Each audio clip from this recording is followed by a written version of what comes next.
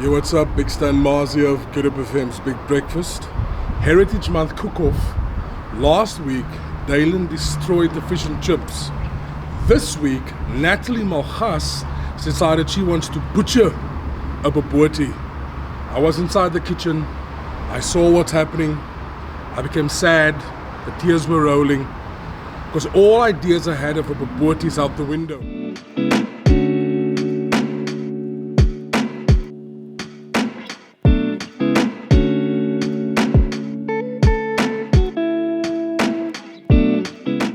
Thanks so much for joining us, everyone, today for our Heritage Cook-Off. I am cooking the iconic South African dish, Bobotie. I'm joined by the ever-gracious and tutor extraordinaire Auntie Khadija, who's going to help me do this. Not only is this an iconic dish that's found its way to the dining tables of many a Cape Townian home and South African home, this has also been declared the official dish of South Africa, brought to the country by Indonesian and Malaysian slaves. And Khadija, the history of Bobotie is deeply rooted in our heritage and our culture as South Africans, right? Absolutely, yes. It's a mixture of Javanese, Malaysian and the Indonesian families, yeah. I understand there are some components of this iconic dish that can vary. There's the inclusion of dried fruits with the complex aromas of the spices. Can we mix and match, or is there one typical way of making Bobotie? Look, it's a personal thing, I think, but a lot of the Cape Malay people use just the spices and the egg custard for the topping. But and some people add raisins. I'm not a fan because I can't, to me it's just not palatable.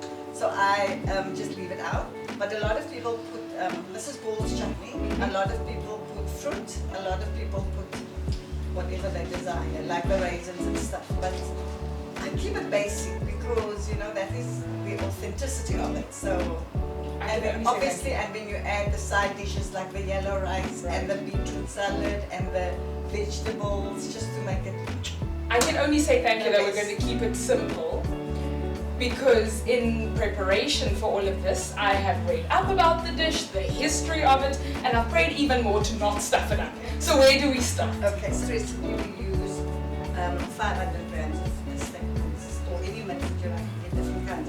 Right. I just don't like lean mince because that fat in it also adds to the flavor. I'm with you, Auntie Khadija. I don't like anything lean anyway. Me too. Okay. The meatier the better. The meatier the better. So we add a 500 gram mince, and then 1 onion is enough. But if you want it sort of thicker, because you must remember onion base. The more onion you use, the thicker the base or the gravy or whatever. Okay. So then add that, and then 2.5 milliliters clove. Okay.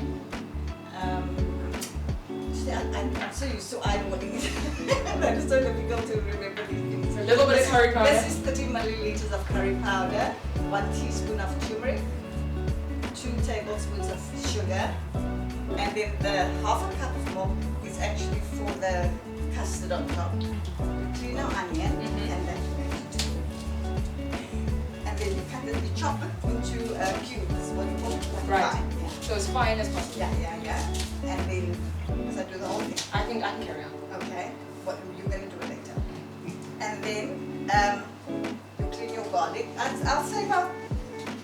I like garlic. Okay. Yeah, let's be generous with the garlic. Yeah.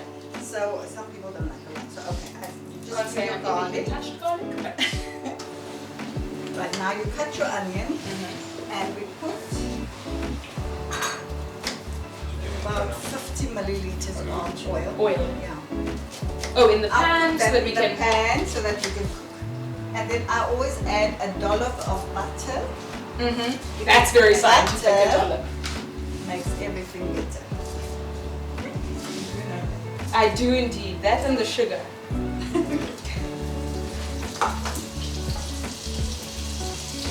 Are chunky bits of onion frowned upon? Do I want this fine? Nobody will notice. Nobody will notice. We'll notice. No, you won't.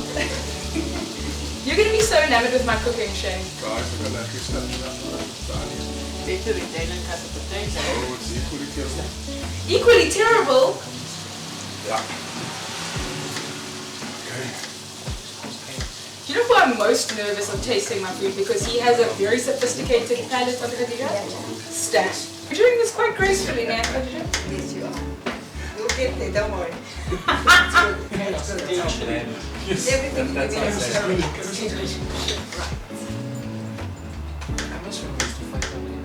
Flying suicide. Do you want to read?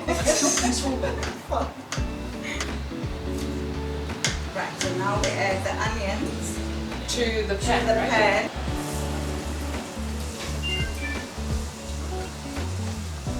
This is quite literally the first time I've even touched garlic cloves. You just peel, it's like an onion though, it's family of an onion. So you just do that, cut it into pieces, put it in Also like a chocolate. yeah, and then you add a pinch of salt, well, a little bit more than a pinch, so that it won't jump all over the place when it comes. Oh, is it? What does this salt soften it up? It softens it up, it brings out the juices, and you don't have to cut it so small. So, Just as long as it's chopped. Otherwise it jumps all over the place. And the onions is going here. You can put your 2 bay leaves in there. what will happen if I put some of the skin in the mix? Will you taste it? If somebody eats it, we'll say it's healthy for you. That one is clean. Okay. Just cut it in half. Cut it. Okay. Yeah. Half a teaspoon of salt. About that much? Yeah, remember, it's just to stop it from jumping all over. Oh, okay. So now. Or you can use a garlic crusher. Yeah, I think It's I'm like going to do it's like that. a thing that you press, yeah. Now, how does this even look? Because this. I prefer that because I always use a lot of garlic Auntie Khadija. and it's perfect. See, it's quick. This entire dish has been very therapeutic. Okay, so now you put your bay leaves in here. Into the pan. Yeah. 2. Just chuck it. Yeah, yeah. And your garlic can go in.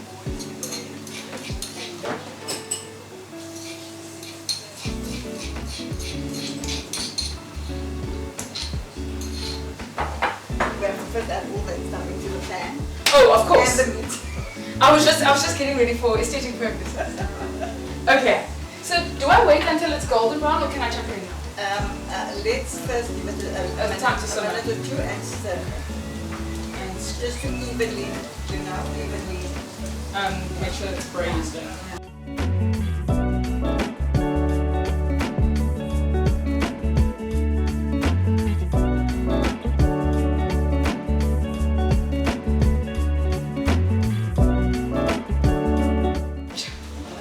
Okay, so I'm about to decant my meat and spices mixture into the bowl that it will actually bake in. So I have now decanted my ground meat and all the spices from the pan where it had been simmering for a bit into the bowl that it will bake in. I'm now about to add 2 slices of soaked white bread. The idea is to keep the white bread. Don't try and deviate from the recipe on this one because that's part of the bite. Some people add breadcrumbs, but to me, It doesn't make all the still, difference. yeah, it's different. It makes it, because unless it's a very soggy mixture, it will absorb the wetness, but you don't need it in here because there's Yeah, no this water isn't floating terribly away. soggy. So Cool. now you can mix that through. Is it hot? It is quite warm, Auntie Khadija.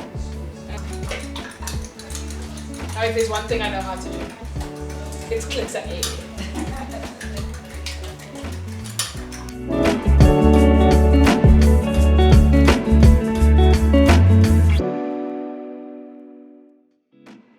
Right, Bob's your aunt. Now we can put that in the oven, Okay. and I'm then gonna open it. now this will go into the oven for 5 minutes. And it's not going to disturb the baking of my. Now it's not like cake. Cake you can't Very do sensitive. but food is fine. Here we go. Thank you, thank you, thank you. You're welcome.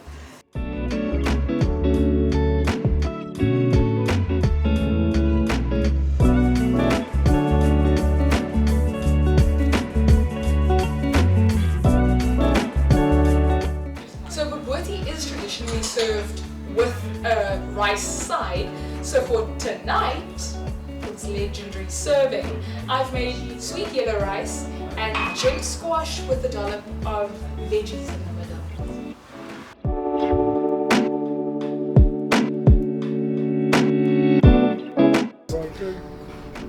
I'm getting the sweet, I'm getting the egg, I'm getting the spices.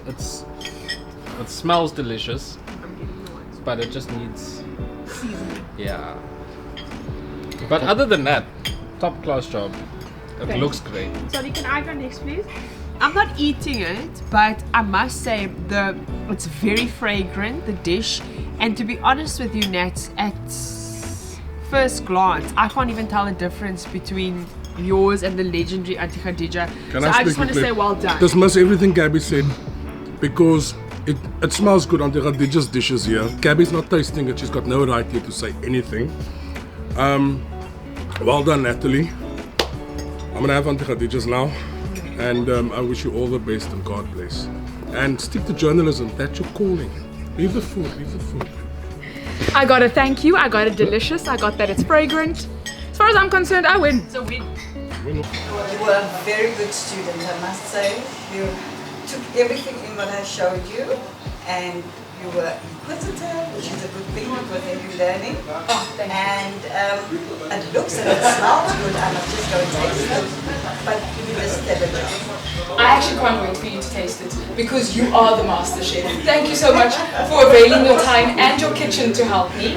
I immersed myself in this challenge. As I mentioned, I had only tasted Bobotie twice in my life, this being the second time. So I came into this challenge very nervous, but every step of the way you held my hand and you instructed me very well. I'm so happy. Some of the comments I've already received from our tasting judges outside was that it looks great, it smells great. They haven't been that complimentary about the taste, but I'm writing that off. I'm only focusing on the good stuff, and I may well actually cook a little more in the future. Fantastic. That's good to hear.